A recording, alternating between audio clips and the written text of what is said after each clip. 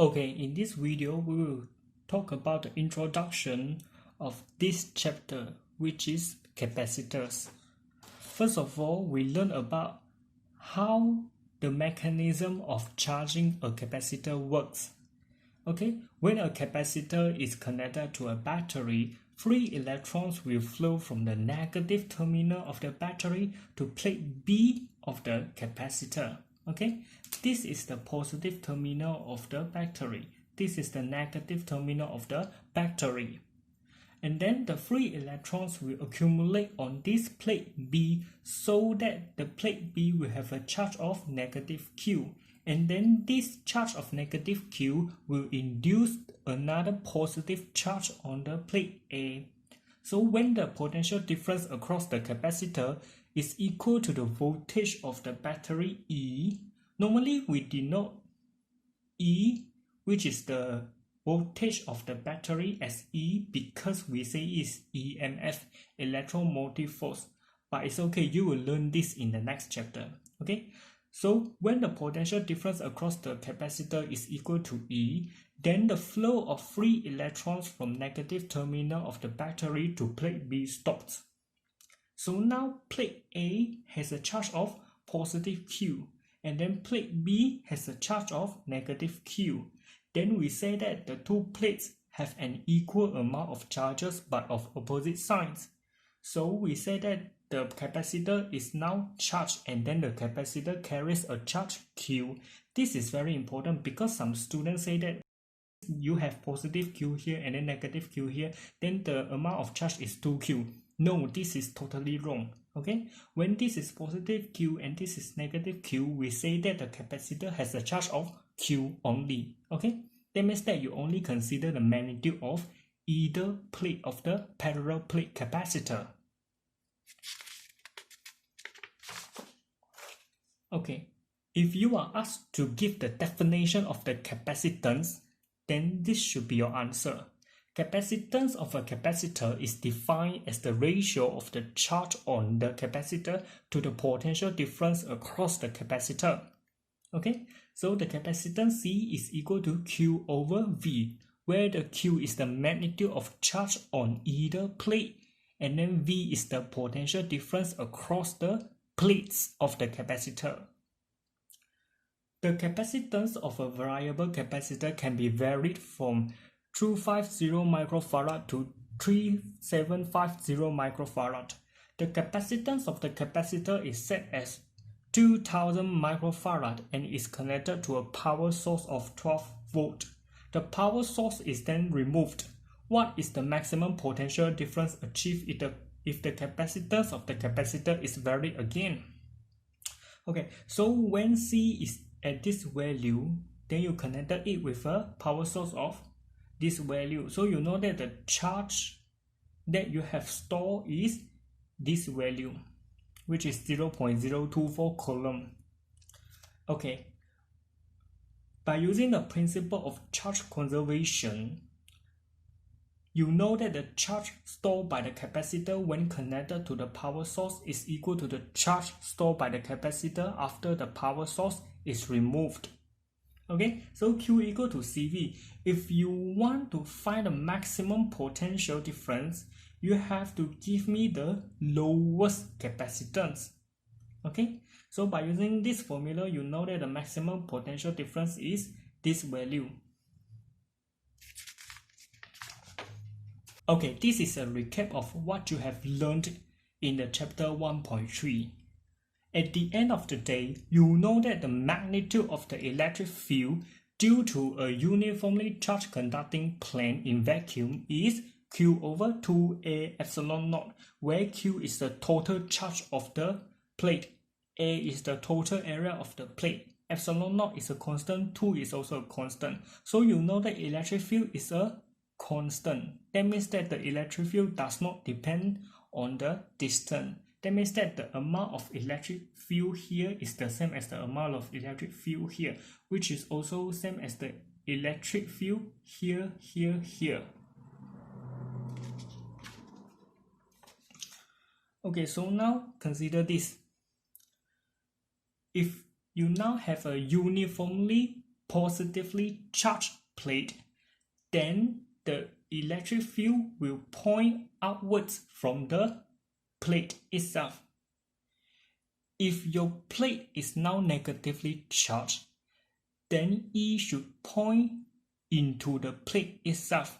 Okay, you notice the arrow has a different direction when the charge has an opposite sign. But then the magnitude of the electric field is the same. That means that their magnitude is still Q over 2A epsilon naught. Q over 2A epsilon naught. For a parallel plate capacitor, one plate has positive charge and then another plate has a negative charge.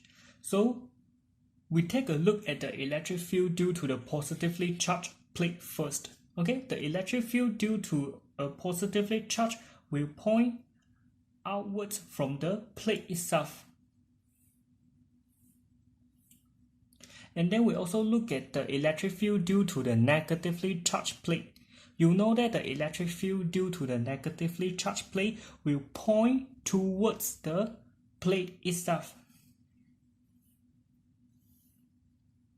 Okay, so you notice that outside the plates, when there's an electric field this way, there's another electric field this way.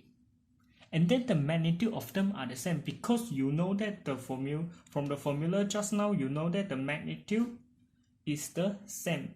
So you can say that the magnitude of this is the same as the magnitude of this. And then they actually cancel out. The same thing happens here. For every line to this direction, there's another line to this direction. So you know that the electric field will cancel out each other outside the plates. But then in between the plates, you know that they actually add up instead of cancel out each other. Okay, so the electric field is the summation of the electric field contributed by this and also the electric field contributed by this. Okay, then you add them up so that you know that the net electric field is equal to this value in between the plates. Alright, so now you remember this formula. Okay, this is in vacuum. When it comes to a certain medium, then you just put an epsilon r beside the epsilon naught. Epsilon r is the dielectric constant or the relative permittivity. Okay, then the net electric field is actually equal to the potential difference between the plates of the parallel plate capacitor divided by the distance of separation between the plates. And then you change this expression so that it is Q divided by V, because Q divided by V is equal to the capacitance. So now you know that the capacitance is equal to epsilon r epsilon naught A over D. So now you have already derived the formula of capacitance for a parallel plate capacitor. Alright, of course, if you want a shortcut to derive this whole page would be your answer. But actually, I really don't like to derive in this way because I prefer you to derive from one single uniformly charged plate.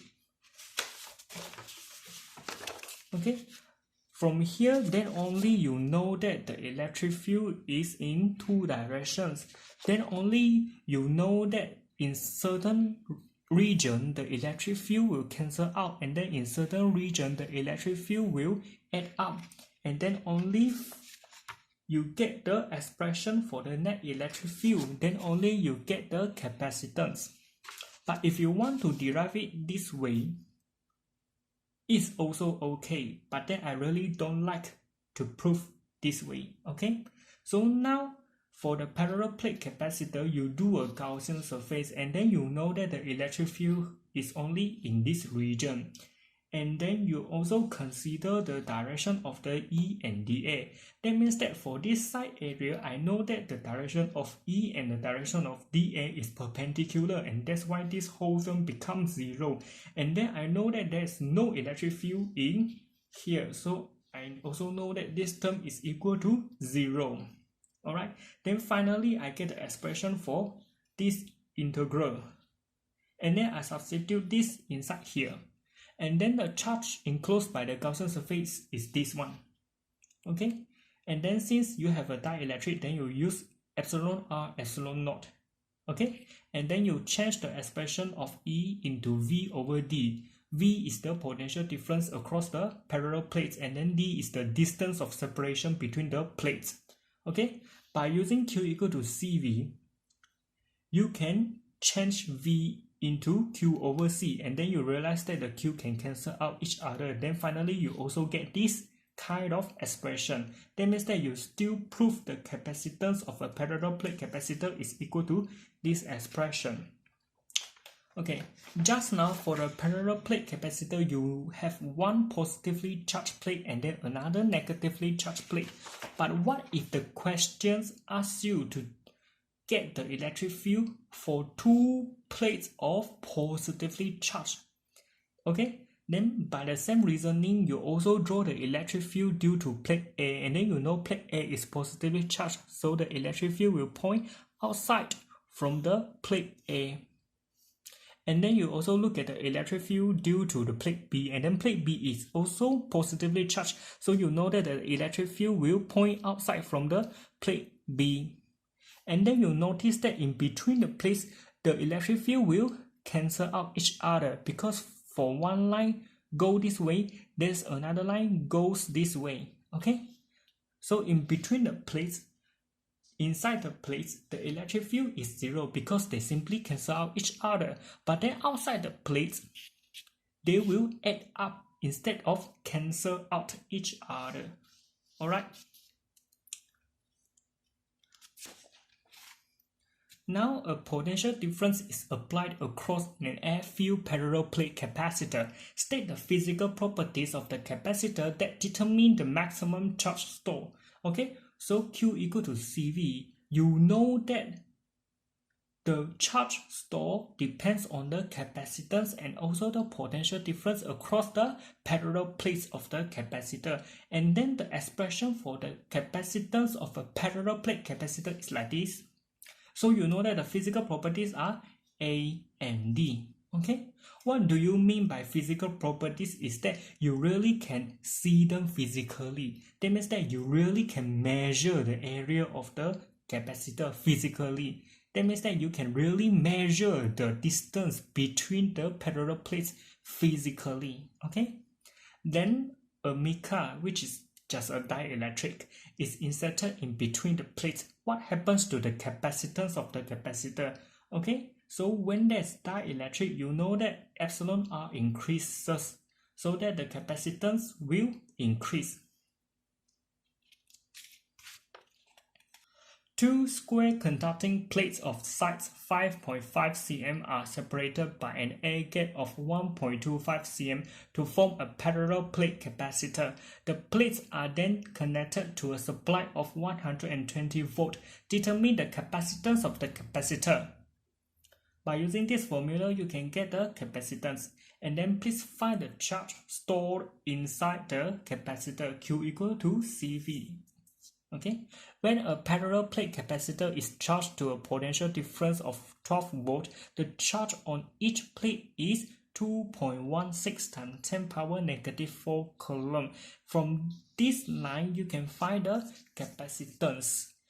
And then if the potential difference across the capacitor is now 30 volt, please find the charge on the plate. Okay, so by using Q equal to CV, you can get the amount of charge.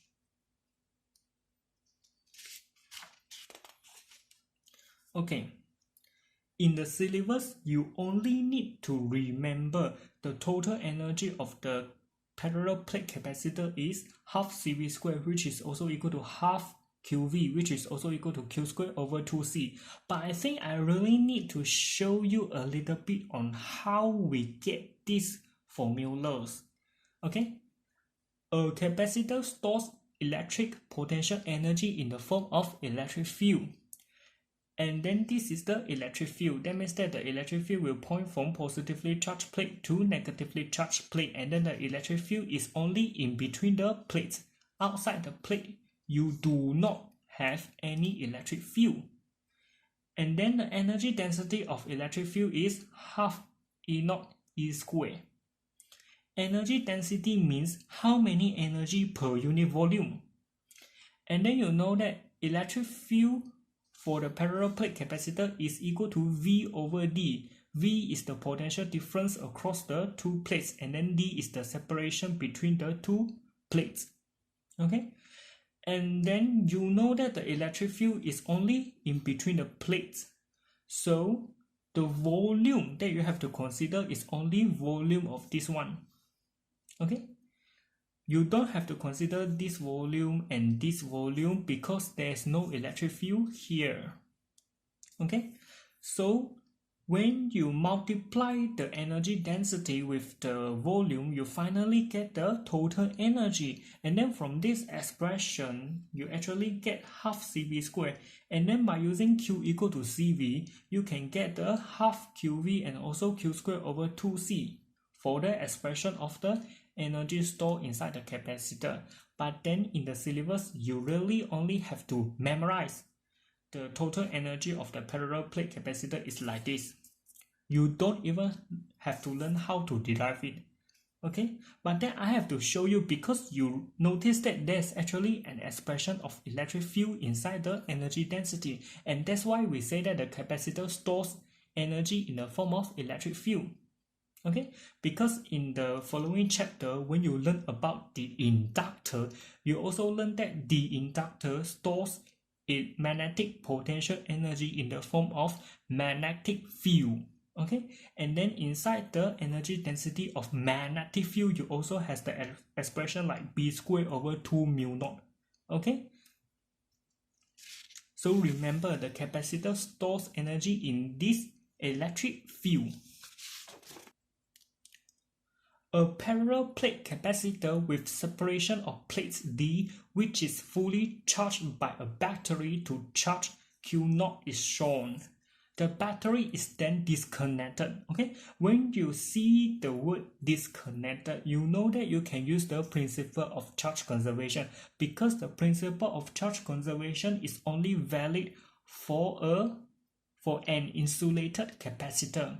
Okay, the battery is then disconnected from the capacitor and the distance between the plates is increased slowly, which graph shows the variation of charge Q with S. So now you already learned that the battery is then disconnected, so there's no more battery now. And then by using principle of charge conservation, you know that Q is a constant. That means that no matter how you increase the distance, the amount of Q is still the same. The plates of an isolated charge capacitor are pulled further apart, which statement is not true of the capacitor. Okay, from this expression, you know that when the plates are pulled further apart, D increases. When D increases, C decreases. Okay, so capacitance decreases. This is true. Okay, by using the principle of charge conservation, you know that the charge on the plate remains constant. So Q is a constant, and this statement is also true. Okay, by using the expression E equal to Q squared over 2C, since Q is a constant, therefore E is inversely proportional to C. So when C decreases, E increases. The energy stored inside the capacitor increases. Okay, the potential difference across the capacitor remain constant? No.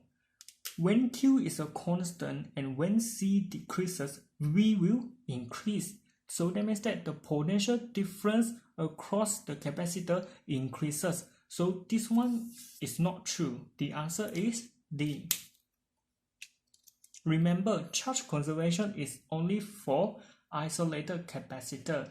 And then this principle is not valid for charging or discharging capacitor, because later on you will learn that For the CR charging circuit, the Q will be a variable, and then for CR discharging circuit, the Q will also be a variable. So you know that Q is only a constant for an isolated capacitor.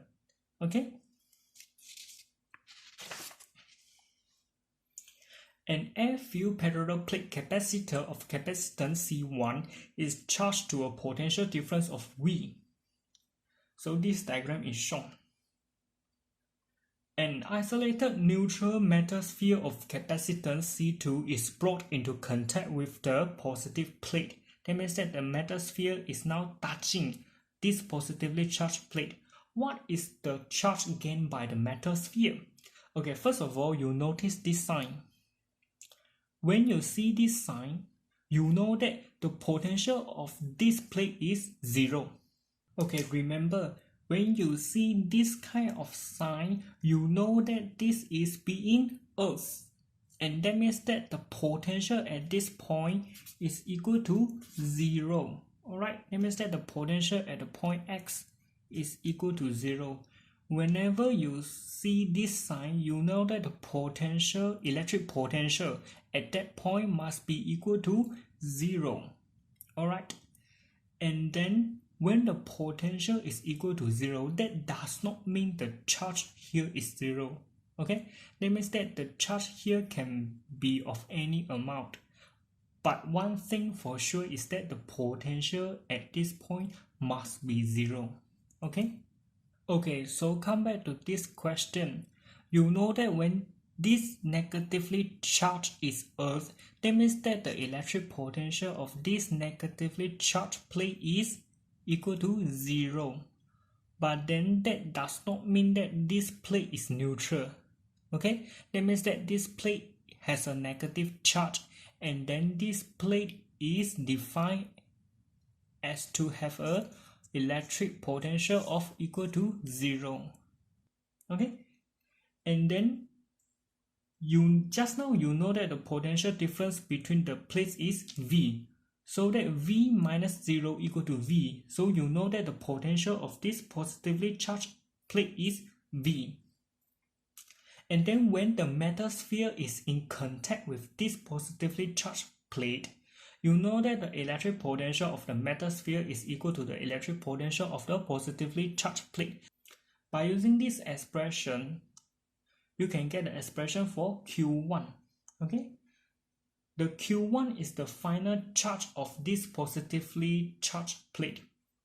Q2 is the charge gained by the metal sphere. By using the principle of charge conservation, you know that the total amount of charge in the system after the metal sphere is touching the positively charged plate is equal to the total amount of charge in the system where the metal sphere has not touched the positively charged plate yet. Okay, so before the metal sphere touches the positively charged plate, the total amount of charge is C1V. And then after the metal sphere is brought into contact with this positively charged plate, then the amount of charge is Q1 plus Q2. Okay, by using this expression and also this expression, you finally can get the expression for Q2, which is the charge gained by the metal sphere. Okay, now I want to tell you that actually an isolated spherical conductor can be a capacitor. Okay, I suggest that you really read up on this sub-chapter, which is about the isolated spherical conductor, before you continue. But never mind, I will put the link of the video 12.6 in the description. Okay, for an isolated spherical conductor, actually this is also a type of capacitor. Okay, just now for a parallel plate capacitor, we know that there are two plates, and then one is positively charged and then another is negatively charged. So how can an isolated spherical conductor be a capacitor?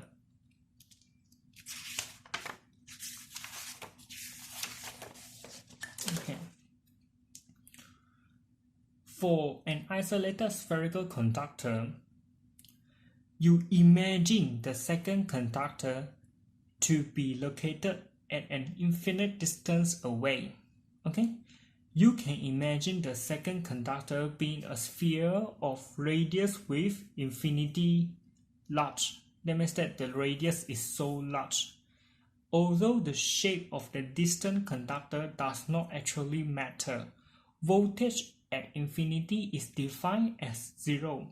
And then even if there's really a total charge of negative Q at infinity, the charge itself will be spread out over a sphere with infinite area, and so that the electric potential is still becoming 0. Okay, so the difference in the voltage of the two conductors is equal to the potential of the isolated spherical conductor minus the potential of the distant conductor. You know that the electric potential at infinity away is defined as 0. And then you also realize the potential of the isolated spherical conductor is this one, which is just a constant. Okay, so the potential is like this. And then you know that the formula for the capacitance is equal to Q over V, which is also equal to 4 pi epsilon naught R. So now you realize that the capacitance C is equal to 4 pi epsilon R for an isolated spherical conductor. Just now, we derived C equal to epsilon R epsilon naught A over D for a parallel plate capacitor. Okay? Okay, actually this is the question that we have done in the video 12.6. Okay, let's do a revision of what we have learned. Two spherical conductors X and Y are located at a certain distance apart. X is of radius 0.15 cm and then it carries a charge of positive 8 microcoulomb. Y is of radius 0.3 cm and carries a charge of negative 2 microcoulomb. Please determine the charge which remains on X when X and Y are connected by a wire. So from the principle of charge conservation, we know that the total charge of the whole system after being connected by the wire is equal to the total charge of the whole system before being connected by a wire. And then the total charge of the whole system before being connected by a wire is the summation of the charges of individual spherical conductors. Okay, so Qx is the charge on X after they are connected by a wire. Qy is the charge on Y after they are connected by a wire. When they are all connected, you realize that this is a conductor, this is also a conductor, and then the wire itself is also a conductor, and then all the conductors are equipotential. That means that the potential of X is equal to potential of Y. Okay, so by using this expression, you know that Qx over Rx is equal to Qy over Ry. Okay, so 4 pi epsilon naught is cancelled out. The Rx is of this value, the Ry is of this value, and then you know that 2Qx is equal to Qy, and then from these two equations, you finally can find the charge which remains on X after they are connected by a wire. Let's do this kind of question from the perspective of capacitor. Let's now do the same question but by using a different approach. That means that now we make use of the capacitance. Okay? By the principle of charge conservation, you know that the total charge of the whole system remains the same. And then now we find the capacitance of the spherical conductor X, which is equal to 4 pi epsilon Rx. And then we find the capacitance of Y, which is equal to 4 pi epsilon Ry. Okay, so now when X is connected to Y, you know that they are connected in parallel, so that the total capacitance is like this. And then when they are connected in parallel, the potential difference across this capacitor is equal to the potential difference across this capacitor. Okay, so you can find the potential difference by using Q equal to CV. Okay, that means that V equal to Q over C. Okay, and then after finding the potential difference, now you can find the charge on capacitor X, which is also equal to Cx times V. Okay, so at the end of the day, you still get the same answer as this. Okay, but then this time we use a different approach. Okay, so at the end of the day, you have to remember that an isolated spherical conductor can be a capacitor.